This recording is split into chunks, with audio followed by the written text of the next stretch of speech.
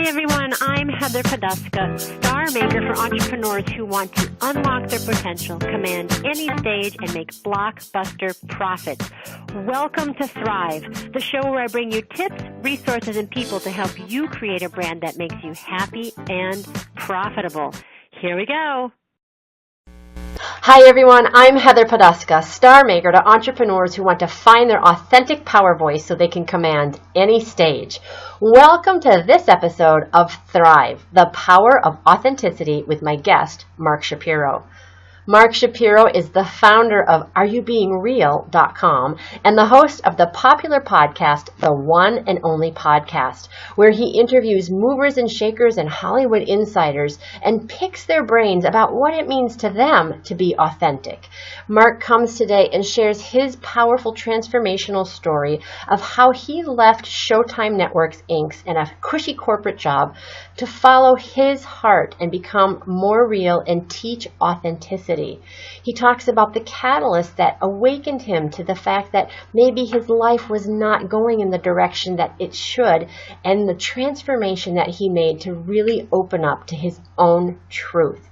And on the episode, Mark shares with us what authenticity really is, how you can identify it, how you can know if you are living it, markers so you can say, this is happening, and this is happening, so yes, I am being authentic. We also talk about authentic branding, and is it okay to have a brand that's slightly different than your authentic persona? That's an interesting question, isn't it? It's something that I get asked an awful lot. We also talk about what it means to be in the workplace, in the corporate environment, and still be connecting on a personal, authentic level with your coworkers, with your bosses, with your colleagues. And finally, we talk about what it means when you're not authentic, what happens in your life if you aren't following that compass of truth and authenticity. Mark was so generous with his insights. He was really a star guest. I was so thrilled to have him on the show. You're really going to love what he has to say.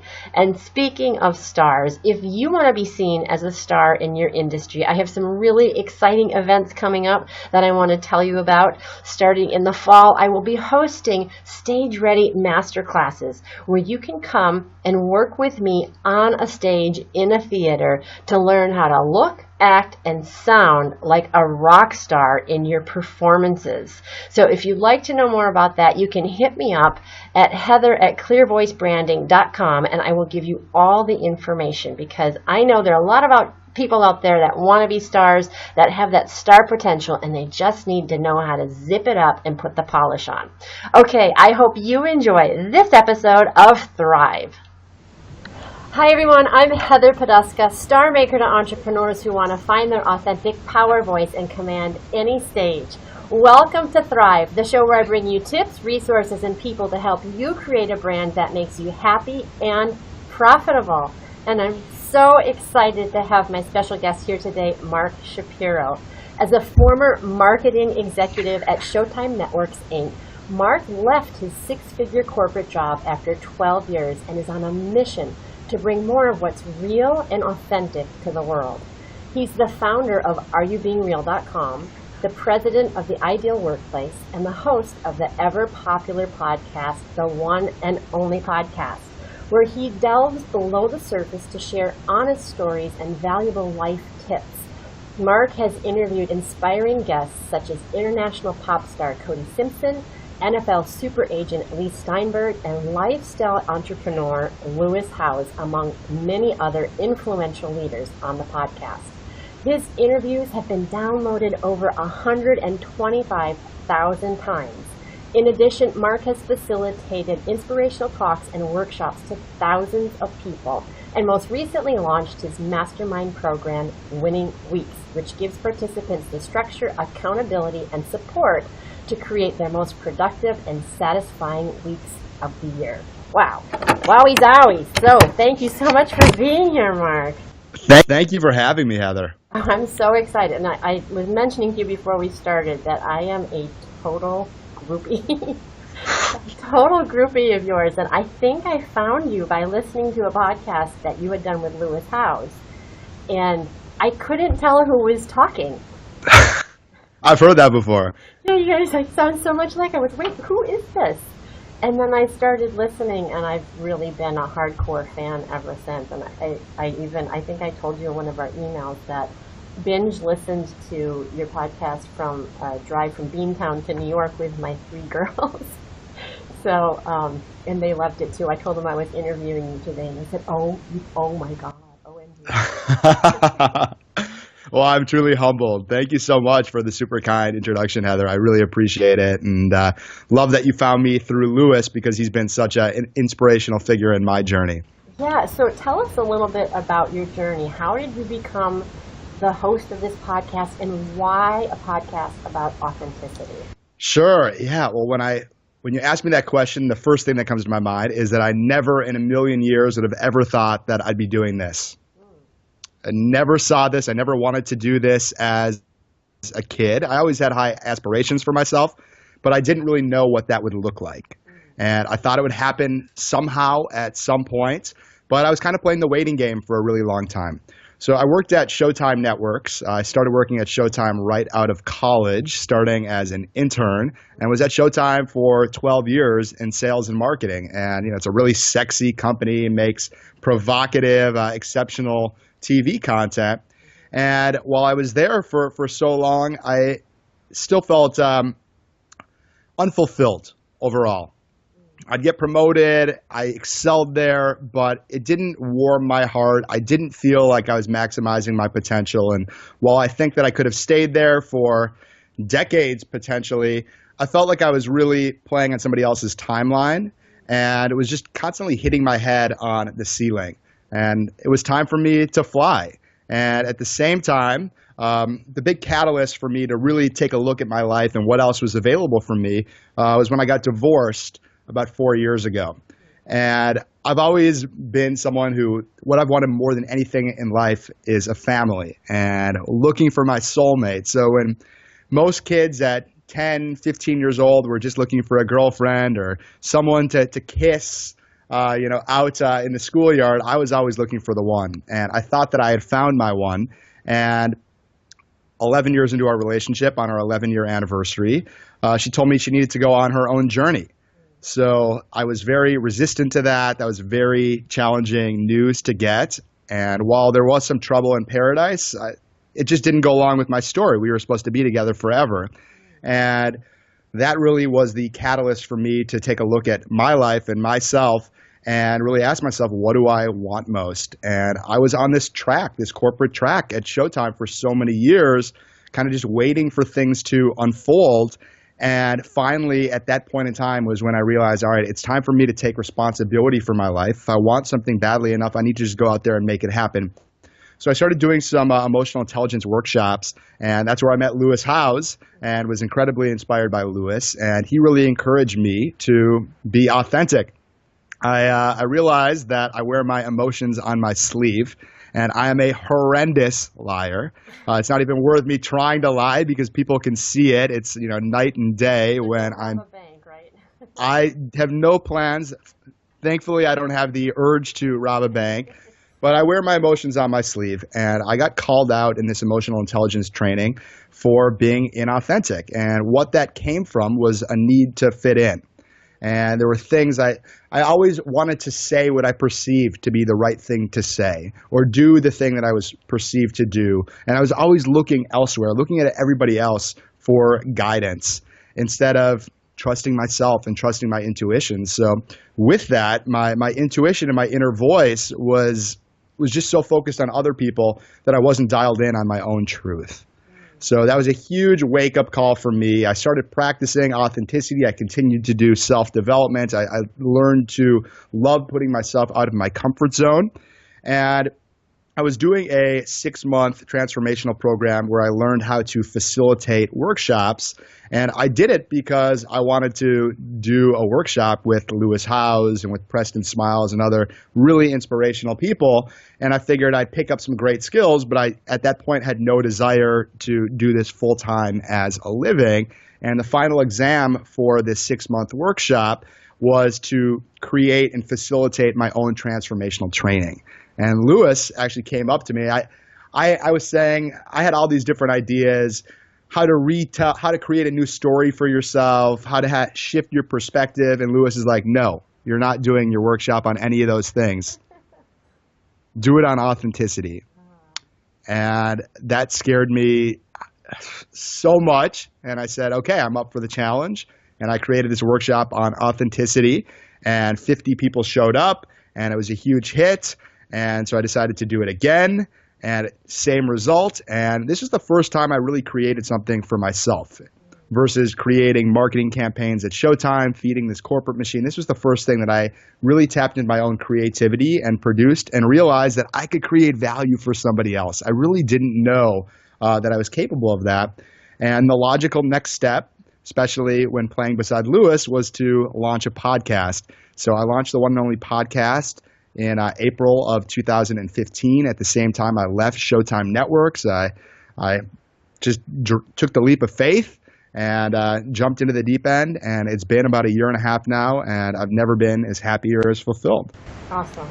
So you just, like the very last thing that you said, I think is probably the key. But I was going to ask you, what is the benefit? Why is authenticity important? What is it giving you that you didn't get at Showtime? What is that? Why should I be authentic?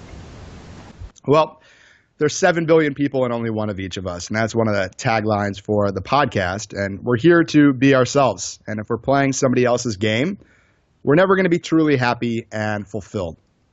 So that to me, in just in the most macro context, is the most important reason to be true to ourselves, because if we're playing someone else's game, it might be nice, there might be some perks. We might feel good if, creating connection and being in relationship with others and, maybe doing a good job on an assignment or making a good amount of money. Yeah, that's nice. Sure. That might make our lives easier. It might provide some luxuries and some privileges that allow us to do things that we've always wanted to do. But if we're not honoring ourselves and what we want most and sharing our gifts and growing, then ultimately at the end of the day, we're always going to be wanting more and aren't going to be fulfilled. So I've certainly learned in my practice of really dialing in on what's true for me and honoring it, that every time I end up empowered and liberated and have more confidence in myself. Confidence is something that I felt my confidence waning over the years as I wasn't honoring and pursuing my truth. And I found that by trusting myself and having the courage to stand in my truth, whether it's pretty or ugly, saying something to somebody else that maybe is hard for them to hear, that I find when I come from a loving place and when I speak my truth, it always works. Yeah, and it also sounds like a cure for a lot of addictions from what you're saying as well, right? I mean, because we're always trying to fill that space. And if you're not filling with your authentic voice, your power, self-love, honest, true connection with other people, which is what all humans crave, right? And I think all beings crave, then you're going to fill it with something else, right? Yes, fill it with something else or lean on things to avoid our truths. And there's so many different things that we can do to avoid. And I think to some extent, it's a coping mechanism and can be healthy within moderation, whether it's watching TV, whether it's eating, whether it's working out, working, alcohol, drugs. All these things are there. They're tools. And as long as we're not leaning on them to the extent where we're totally avoiding our truths, then I get the benefit of using them in moderation.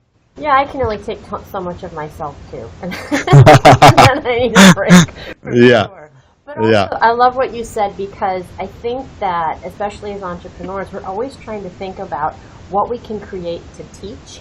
Yes. And a lesson that I've learned recently is that when you talk about your own truth and talk about what you're going through, that is teaching, and people are drawn in as opposed to being sort of pushed at with the content.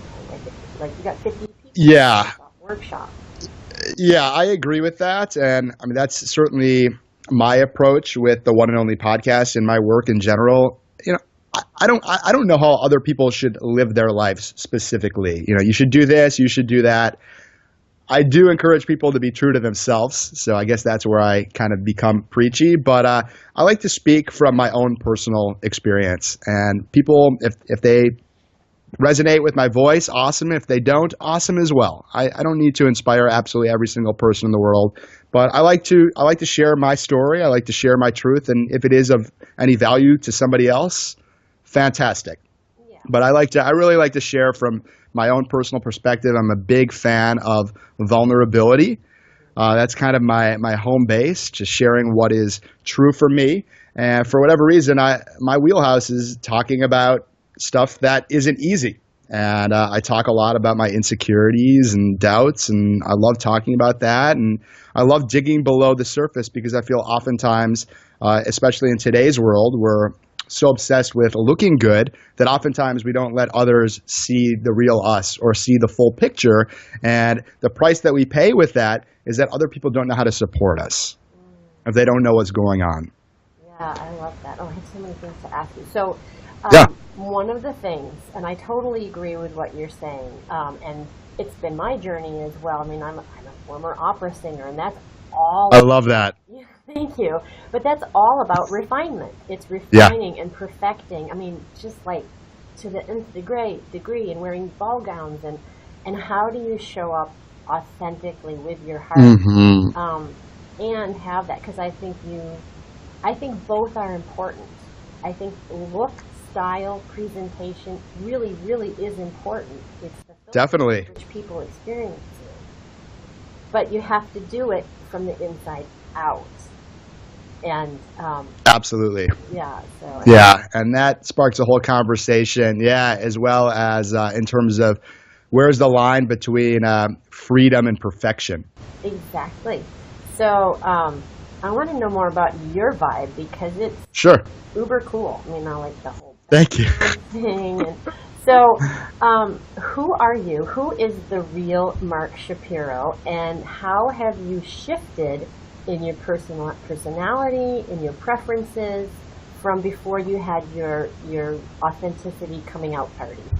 Yeah, thank you for asking that question. And who is Mark Shapiro is a constantly evolving thing. It's not something that is static at all. And I think that when I get stuck to my personas and ways that I've been in the past, that actually prevents me from being present and tapping into the flow and the possibilities that unfold in front of me in every given moment. And while I say that, that's a really challenging thing because there's certainly things that I've done or things that I've thought all of my life that can be tough patterns to break. So I will go into a little bit more of like a concrete, explanation of who I am.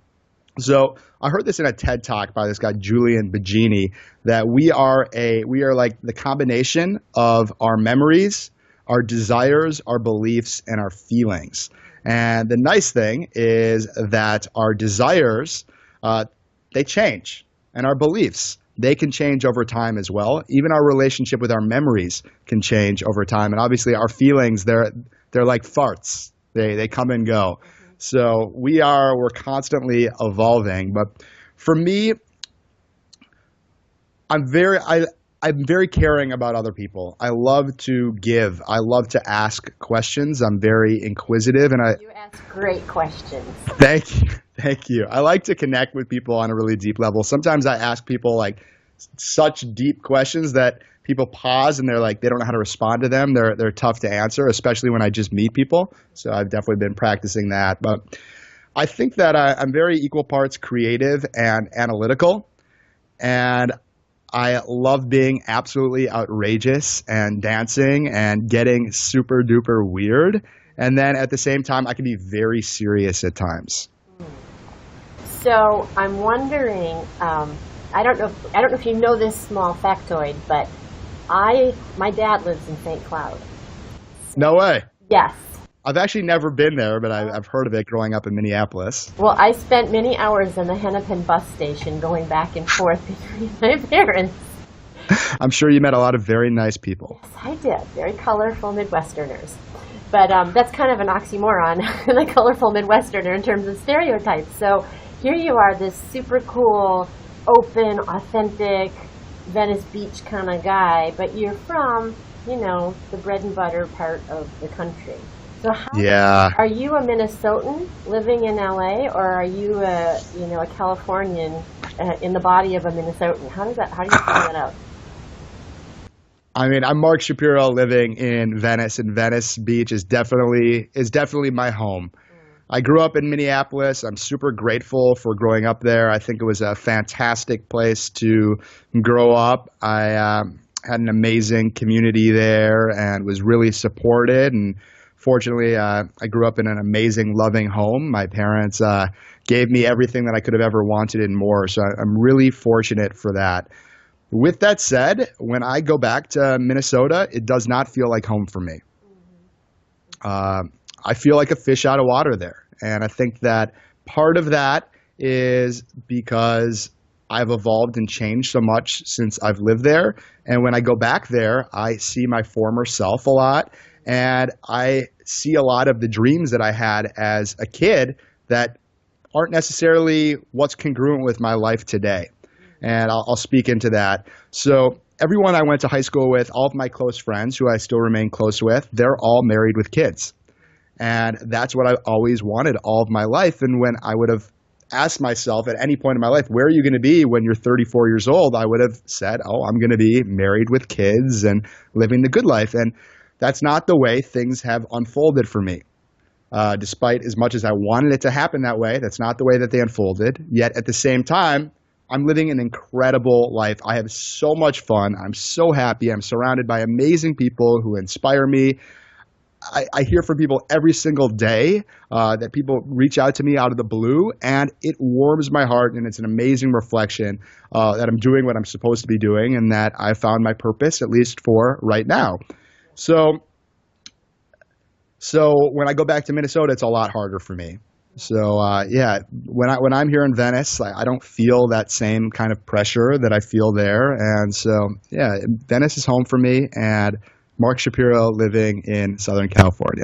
Yeah, I think that's true for a lot of people, and the family. I mean, we all. Some of us survive better through our growing up, and I think that it's hard sometimes to go back, whether you had a wonderful family or a challenging growing up time, to go back and live sometimes painful memories. And how would you advise somebody to hold on to their core as they move through different circumstances where maybe it's not as safe, or is it easy for them to be who they feel they are at the core? Yeah, I think the first thing is to really stand in your power, to ground yourself. That always really works for me, especially when I go home to Minnesota, and it's very easy to lose my shit. And to throw it. Really cool people in Minnesota. I love that. I was there about probably 3-4 weeks ago, and I had a great trip, and I thought that I was really grounded, and I was able to see my wounds, like to really feel and have a clear lens on why things hurt, and especially the little kid inside of me whose dream didn't come true about having the family. So that definitely would come up, and then the adult self who was really secure, I'd be able to kind of rationalize with my little kid self. But there was definitely a moment when I threw a temper tantrum and I just lost it. So I think grounding myself is a really important thing. And then the second thing is to be able to look at the discomfort from a further point of view, from a third party perspective, to see really what the root is. So instead of getting lost in the discomfort, the anxiety, the frustration, to be able to say, okay, I know I feel that, but what's really causing this? And whenever I get to the root of the real issue, so for example, being able to see that it's this little kid inside of me that is sad that his life didn't turn out the way that he wanted it to, when I'm able to say, okay, that's one side of the equation, that's not the whole picture, because this grown adult is living this amazing life that he loves and is so happy with, that brings the perspective and the gratitude that keeps me grounded. Cool. So if we're being real, so I want to ask you, would your life be full? I mean, would you feel like I had a complete life if you released the story of my life is not complete until I have a family? Yeah, it's definitely still there. The pressure of it having to happen now, I've released that. Not fully, but right. Right. I know. I'm not a woman, so I don't have the biological clock that is ticking, but, I definitely still want a family, and my life is great right now, so I don't need to have kids tomorrow. I would love to have that partner, and I'm glad you brought this up because I had a really powerful conversation with a new friend of mine. Her name is Tia Kansara. I just interviewed her earlier this week, and we were talking about love, and she was asking me about what I want in a relationship. And if she would have asked me that 6 months ago or a year ago or 2 years ago, I would have said, I want to have my life partner so I can have a family. But I realized that right now, what would fill me up is the sensual, physical, and sexual touch and intimacy and intimacy and intimacy with that. And I say that because while being able to kind of come to that realization, I realized I can't give that to myself. I can't hold myself the way that somebody else would hold me. So it was a really good indicator to me that I feel like I am ready, and I'm not looking for someone to give me something that I can't give myself. What I'm looking for is for something that I can't give myself. And that I would really love. And I think it's perfectly normal and natural for humans to like human touch and to feel the warmth of another human. So that's what I want, and that's what would be fantastic right now. And I would love for that to evolve into a beautiful, sustainable relationship. But that's more of like a second step. That's not something that I need to be obsessed with right off the bat when I meet someone. Yeah, I think, but I love the way that you said that, and I believe you set your intention. You set your intention, and good things start to happen in that way as well. But I also think that when you talked earlier about finding the one, your soulmate, and the whole time you were talking about it, I'm like, you already found your soulmate. You found the one. And maybe you had to find the one, yourself, to be open for the next phase or for the invitation for the right person to come to. So it's awesome. And the other thing you're talking about is sexuality, sensuality, that touch. And I have to say, one of the things that I love about your podcast is the places that you go. So sitting in my suburban home in suburban Boston with my 3 kids and I don't have a picket fence in front of my house, but it is so awesome, to be here, having my life experience and getting that experience from you. And I love that you go deep and you ask those questions and you have guests on and you explore those different things. So one of the questions I want to ask is, when you're being authentic and you're sharing and being vulnerable, is there ever building your brand, talk about branding too, is there ever a point that it's inappropriate to overshare? Yes, it absolutely is.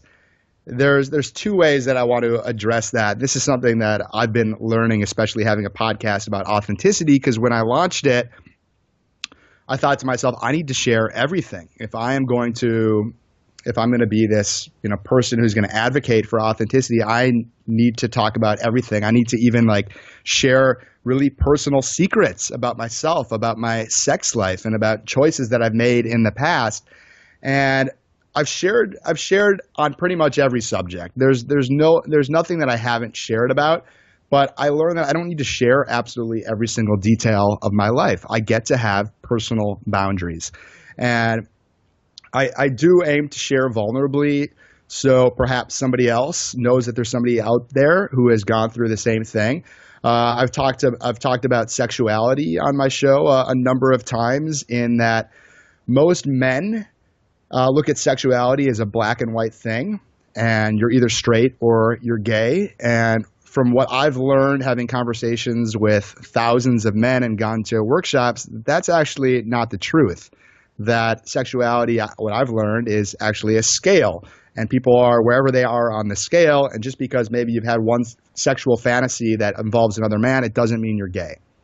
And that most men have had some kind of sexual fantasy that's involved another man. And I'm not going to lie, I have. I'll get vulnerable and share that. It's not something that I want. That's not something that I'm seeking. But I can own up to the fact that That's my truth.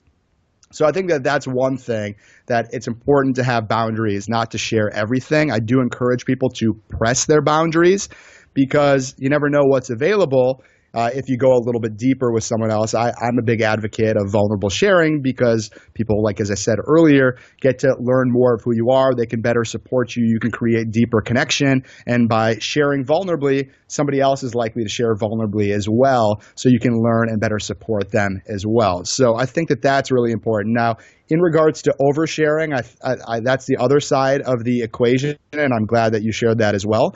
There is a line. I certainly share a lot, and I find that if I'm getting too vulnerable, let's say in a podcast episode, at some point you do look weak. So I think that with vulnerability, if there's something that I'm seeking that would support me, I think it's very valuable for me to share vulnerably. Or if I think that someone else could get value out of the vulnerable sharing, great. But vulnerable sharing for the sake of vulnerable sharing, if all I'm doing is being vulnerable, then it's not going to work. So that brings me to another branding question, because you worked in corporate for 12 years and you do workshops for corporate organizations now. How does your brand as an authenticity advisor, someone who is sharing and vulnerable and talks about sexuality and all those things, as someone who goes into corporate situations, how do those things mesh? Because I think a lot of people, especially in the coaching industry, have that. Like, how much of a professional brand do you create, the persona, your brand, that's separate from who you are at that other level of vulnerability? Yeah. Perceived in the corporate world. Yeah, I want to answer that in a couple ways. First, I think it's important to bring all of ourselves to any situation and not to be too tied to personas, roles that we play, the corporate mark or the podcast host mark, to be able to be present in any moment and to be able to be flexible to whoever I need to be in any given moment. So I think that that's a really important thing to distinguish. But the second thing is boundaries. I'm not going to talk about sex in the workplace. I'm not going to talk about Burning Man in the workplace. I'm not going to talk about partying in the workplace because it's not appropriate. But what I will talk about in the workplace is how we can better support and communicate with one another so we can collectively all be inspired and do superior work. Yeah, I love that. And do you find that do you get inboxed a lot from people who are in corporate that are like, oh my God, I'm in jail, I want out, how do I do this? How do I become more authentic? Do you find that, or do you think people are sort of okay? That's not one of the emails that I get a ton about. I get a lot of people who are unhappy in their corporate gig who want to find a new path for themselves, but they don't maybe know what they're doing, or they want to talk to me because I've made that leap and they want to hear from me. They want to get words of encouragement. But I don't get a lot of people in the corporate world who are asking themselves or asking me how they can be more of themselves within the corporate environment. And it's really tough. And it really, in my opinion, starts with leadership. And it starts with leaders asking their employees, connecting with them, where do you want to be in a year? Where do you want to be in 5 years? What's most important to you? And so instead of only talking about the job at hand, actually connecting with the people on your team on a deeper level, showing that you care and supporting them in accomplishing their goals. I certainly learned as a leader and as a manager at my time at Showtime that it's not just about getting the job done. But when I support people on my team in terms of accomplishing their goals and being okay with the fact that this person's not going to work with me forever, how can I support them in accomplishing their goals? When I show employees that I care about them and I want the best for them, and perhaps can share with them and can show them that by maybe doing a superior job on the current project that they're working on, that can actually support them in their growth to get closer to ultimately where they want to be. So finding that common link where it's essentially a win-win for both parties. I get superior work, superior productivity, superior creativity from my employee, and they are growing and getting closer to achieving their own goals. I mean, that is like dual ownership, and to me, that's the ideal workplace. Hi, everyone. I hope you're enjoying the show. There's still more great content to come, but I wanted to take just a minute to talk to you about a new course I've created called Close Any Room. You may have noticed that all of my guests know how to speak about their businesses in a clear and compelling way. But that's something a lot of entrepreneurs struggle with, and it's something you need to know how to do so you can convert your audience into more sales. And that's why I've created this course. It's a 6-week audio course to teach you how to craft a signature talk so that you can authentically give value and close more of your audience from the stage.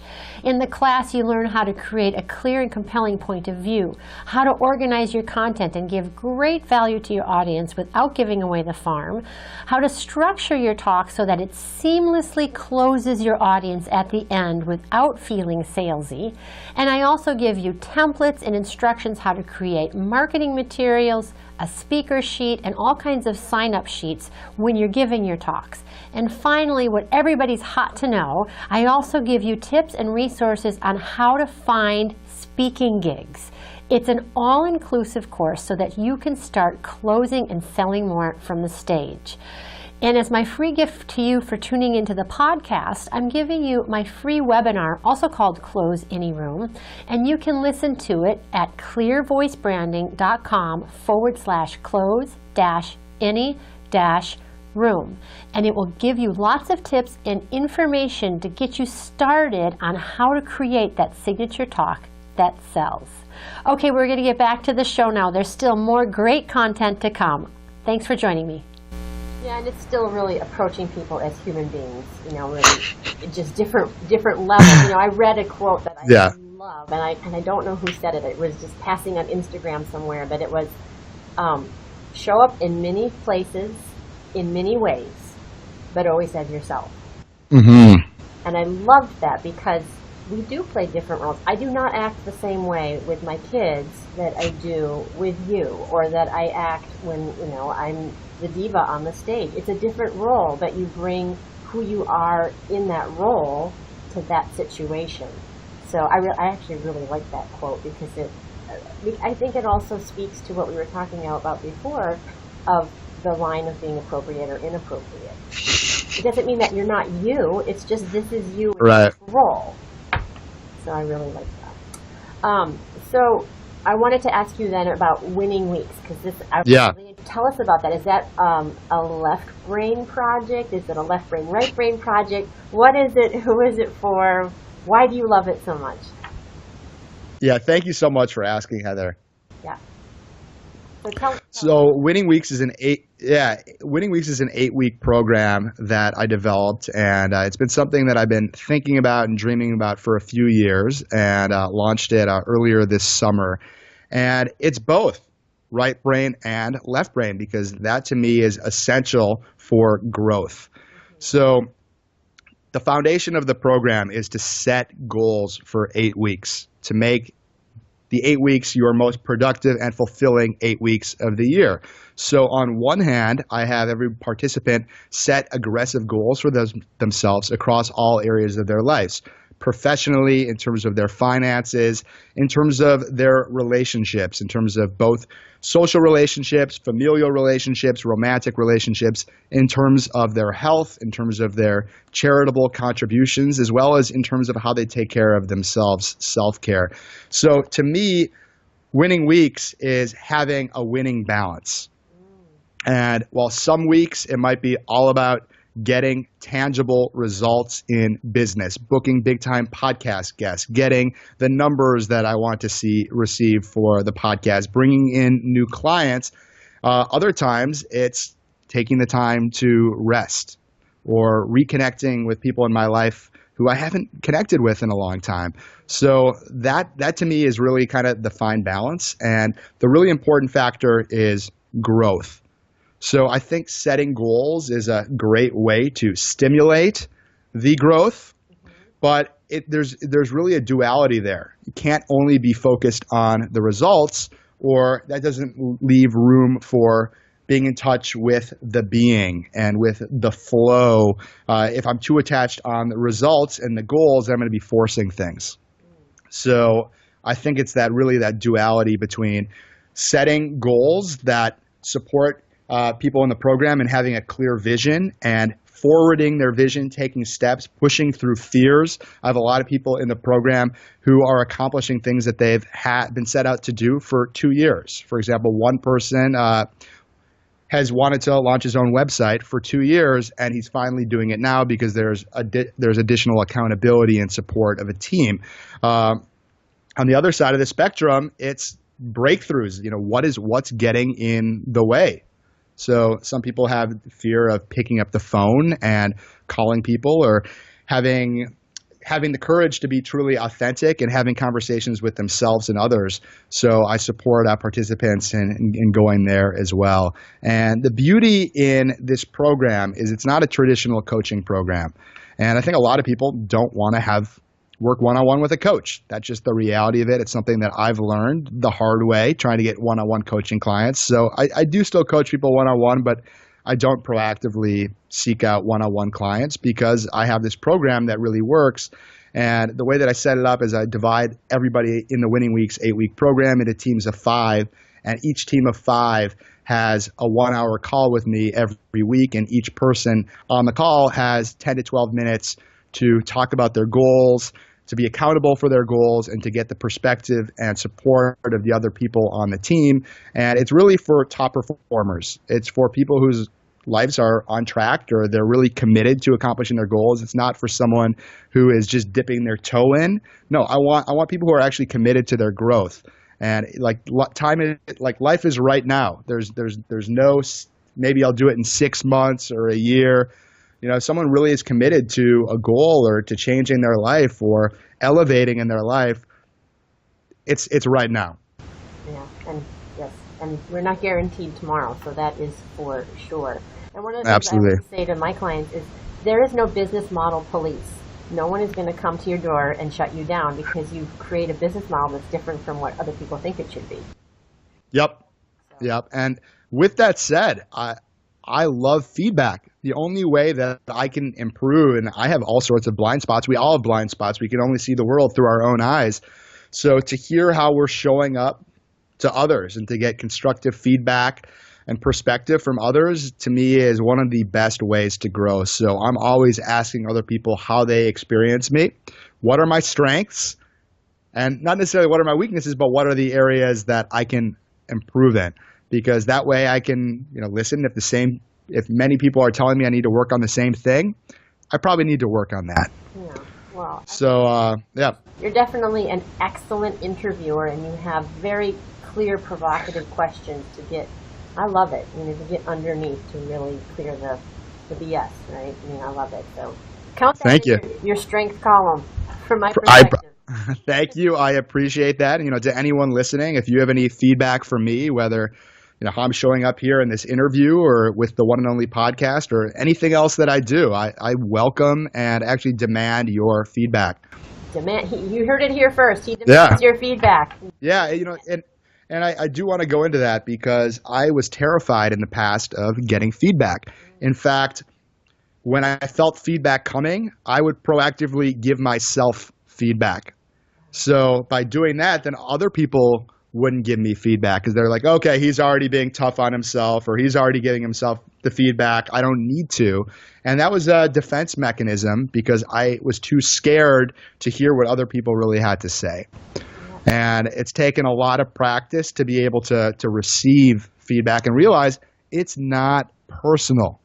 Especially I'm going out to people who care about me and want to see me excel and want to see me grow. So I encourage anyone, go out to the people that you love who know you best and ask them, what are your greatest strengths and what are the areas that you could work on? Or another question that I really love is, what stands between me and my greatest version of myself or true excellence? And I think that gives some good perspective for people to be able to take a look at us and to see us in our glory and to tell us what that looks like and to help us in getting there. Yeah, and I think sometimes people get afraid of feedback because they think that whatever the feedback is has to be true. And you're always in control of what you allow in and what you don't. If it resonates with you, bring it on. Mm-hmm. But if it doesn't, you don't have to take ownership of that feedback. Absolutely. Right? That's somebody else's experience of you. So, maybe one person has a certain experience of me as a jerk, but no one else is telling me I'm a jerk. then I can take that perhaps with a grain of salt. But if 10 out of 10 people are telling me I'm a jerk or I'm out of touch, there might be something there. Right, exactly. So you always have control over what you let in and what you don't. Yeah, and I do want to share this one thing about the importance of feedback. So had Lewis Howes and other people at this transformational training, MITT here in Los Angeles, not called me out for being inauthentic, I would never be doing what I'm doing. I wouldn't have had the courage to be myself. And I was so terrified of being myself. And now I'm realizing that my authenticity is my superpower and perhaps one of my greatest gifts for others. So being open to feedback could be the key to unlock something within you that is of tremendous value for yourself and others. Yes, and I actually just posted something today about an experience where someone gave me feedback that was really painful. Yeah? What was the feedback? It was a questioning. Are you, at the beginning of my podcast, I have some video of me downtown Boston in front of yachts, and, I love that. I go down there a lot. I look at that, and, my husband drives a Porsche, so we have a Porsche in our garage, but I drive a minivan. I have nice. I drive a minivan. And so some of the feedback was, I don't know if you're really being authentic. You drive a minivan, and you have this brand that's really, glamorous, and, do you really think you can help people at this level? And it really made me question, like, yep. Can I do this? And what I came to, and what I shared, because I think it is valuable feedback, is you don't have to extinguish one voice for the other. It's about integration. I am someone who drives a minivan. I am like at the dump in my flip-flops and tank tops during the week, but I'm also the person who can stand in front of 2,500 people and sing an aria.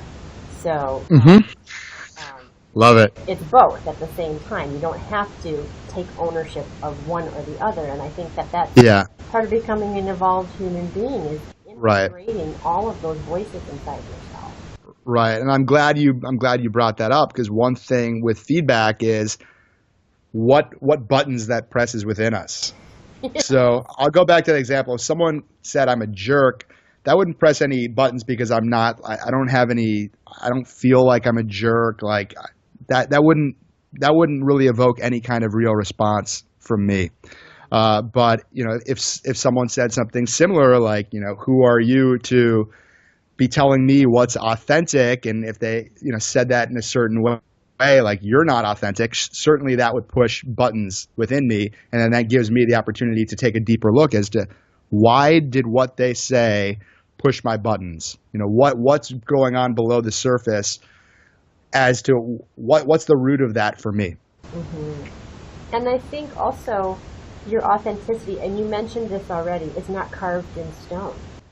No. Like just going back home, that was who you were then, and your what did you say? Your beliefs, your experience, your whatever all those things are. Yep. I hope to God they change over the course of a lifetime. Yeah.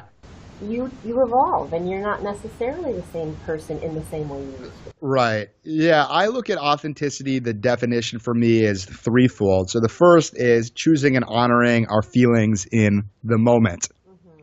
And that's not always an easy thing to do, especially if something evokes a feeling of pain, perhaps from our childhood or from heartbreak or failure in the workplace. That can evoke some anger, it can evoke some frustration, and it's easy just to like push that down because we don't want to experience it. So the first part is honoring our feelings. Doesn't necessarily mean we need to act on every single feeling that we have, but to be able to say, okay, I'm feeling anger right now. It's because of heartbreak, and okay, let me feel it for a second and then continue on my journey.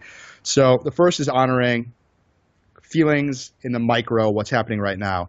The second piece to me is living a life that you want to live, when really looking at your life from a more macro, bigger picture perspective. So am I really happy and fulfilled in life in general with what I'm doing and how I'm spending my time? Am I living my dream? Am I living the lifestyle that I want? Am I living a life that's really in sync with my core values? So I think that this piece is actually really important, because if we're only honoring our feelings in the moment, we're one with the wind. So the wind pushes us one way, the other way. But if are looking at those congruently together, where we're honoring our feelings at the moment, but we're still keeping our focus on the big picture, then all of a sudden we're not just going to sway with the wind. We're going to flow with it, but we're ultimately going to go in the direction that we want to go in and live a life that is true to who we are and is fulfilling. And then the third piece is that ability to choose who we want to be and to be inspired by others, and every day to evolve. Every moment is a new moment, and just because I was a certain way at the start of the interview doesn't mean that we need to end the interview the same way. And I really like the freedom and liberation that comes with that, especially in regards to patterns, things that I've done in the past that I don't like about myself. The reality is I don't have to go to those patterns again in the future. And knowing that, having that permission, giving myself permission for that is really liberating for me, that the next time a certain scary situation happens, I don't need to tuck away. I don't need to look the other way, look away from it. I can be a man. I can embrace it in whatever way I want to. I mean, we could have a 3-hour interview on what you just talked about. That's so awesome. And I mean, so the first thing about feelings, I was just thinking about this. I have a really big thing about religion. I love God. I hate religion because I think it blocks you. I hate religion. I'm going to do a whole book on how I hate religion because I think that it stops you from feeling things. You know, you're talking about sexual fantasies, and, you know, who hasn't had a fantasy of murdering the person that's cut them off in traffic? Doesn't mean that 9.9% of us don't, you know, we don't get out of our car and do that. I mean, it's a fantasy. I hope not. No, right. It's a fantasy. But because, you know, we're taught, you know, that we have all this shame, that what we should and shouldn't do, a lot of times that blocks us from the feelings that we're actually having. So definitely. I think people don't know what they want because it's too scary to allow themselves to feel what they're actually feeling. So I love that. Yes, power on. Beautifully said. Beautifully said. And then the other part about having values and prioritizing, it just made me think about my recent experience of going home and being with my family as my stepdad was passing away. And, you know, I had to be away from, I have 3 kids, and I had to be away from them for weeks. And it's, you know, I wanted to be with them, but my priority in the macro, in the big picture of who I want to be, was to take this other action. So if I'd just been going with my feelings, I wouldn't have had this opportunity to have this life experience that was important to me. So I love that as well. And then the third part about choice is, you know, that has been the most beautiful gift of all, that you get to choose, that you and I get to choose for ourselves in each moment. I mean, I'm thinking about the Matrix. Is it going to be the red pill or the blue pill? Yep. Well, I'm going to take whatever freaking pill I want to take, and you don't get to tell me which reality I get to have. So that was awesome. Thank you. Yeah, there's one more thing that I want to share. I just got this piece of nugget yesterday from Coot Blackson, who I just interviewed yesterday. I'm going to release that interview in a couple of weeks. But he said, the truth is simple, but not necessarily easy. And that's just a fantastic nugget of wisdom, that it's easy for us to tap into what's true, but it doesn't necessarily mean living it and coming to grips with it is going to be easy.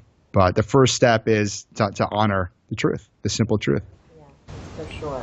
And I mean, I love that you just talk about, I interviewed this person and Cody Simpson and Lewis Howes. I love it. So you're on this big mission and you are rubbing shoulders with people. I don't want to just say, you know, movers and shakers, but people who have a story, that have a heart, that have something, you know, real to share. I love that. So thank you. Yeah, and I love it. And like I said, you make my world richer. So thank you for doing that. I love that. And as you think about the next year and your vision, what do you have in mind? And you asked this question, so I'm borrowing 2 things, one from you and one from Lewis. How can we support you? What is your vision? What can we do to support you to bring that to fruition? Thank you very much for asking that question. And it's taken me time to really dial in on how I can best be supported. So the first thing is to live your truth. I mean, that's the whole important message here, is living an authentic life that you're proud of. So the first thing is be true to who you are.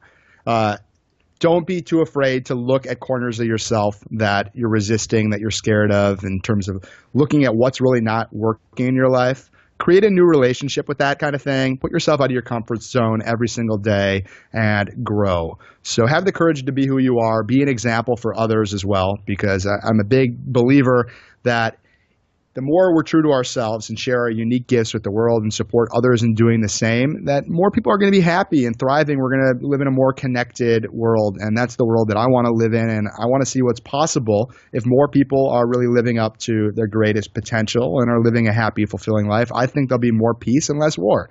So that's the first thing. In terms of how you can support me in particular, and checking out the podcast would be a big thing. And if it resonates with you, to share it with people you love. And at areyoubeingrreal.com. Areyoubeingrreal.com is the place that really houses all of my content and messages and stuff. So those are the things. Yeah, check out the podcast, and if you dig it, to share it. I don't have big marketing budgets, and this is a grassroots effort, and I know it's not something like I can't do it all on my own.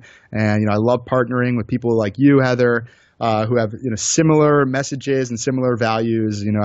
I think that's really important, that we all work together to serve and to support others. We can all be inspirations for one another. You inspire me, so thank you. Thank you for being an incredible mom and an incredible daughter. Yeah, I believe that we can all really serve and help each other. And for me, it's supporting me and by being authentic, and as well as sharing any of the work that I do if it does resonate with you, or if you want to participate in any of my programs, let me know.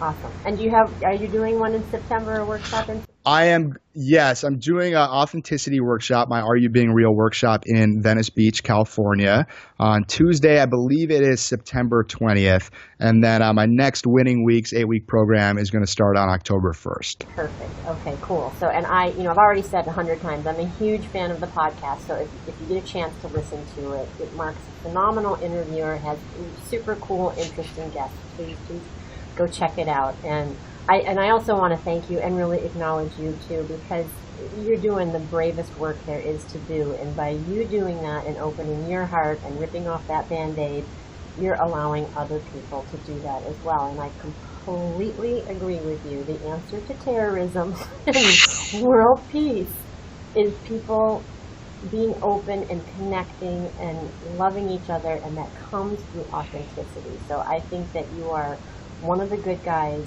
one of the love soldiers for sure, and I acknowledge you for doing that and for bringing your voice and your vision and your questions so that I hear the answers into my life, into my world. So thank you so much, and thank you for being here. So my last question is, I always think this is sacred space, sacred time, and as we're sharing this air together, sort of, what are you grateful for right now? I'm grateful for this opportunity to be myself and to be seen and to connect with everyone here who is listening and watching right now. I just never would have thought that this would be possible. So I'm grateful for you. I'm grateful for my courage. I'm grateful for all of the love and support in my life. And I'm grateful for today, whatever it presents. Yeah, not everybody's given another day, so as we know well. So thank you so much for being here. I really appreciate your time, and thank you to everybody for joining us. And until next time, here's to hitting all your high notes. Take care, everybody. Bye-bye. Thanks, Mark. Thank you, Heather. Hi, everyone. Thank you so much for joining me for this episode of Thrive. I loved having you here. I love having you as part of my community. And if you're enjoying the show, I would love it if you share it with your friends on Twitter, on Facebook, or wherever they're hanging out. I also want to let you know you can leave me feedback or comments. I love hearing from you. Just post those at heatherpoduska.com. You can also leave suggestions for topics that you'd like to know more about, or if there's someone you'd really like to see on the show, let me know that as well. Okay, until next time, here's to hitting all your high notes. Take care. Bye-bye.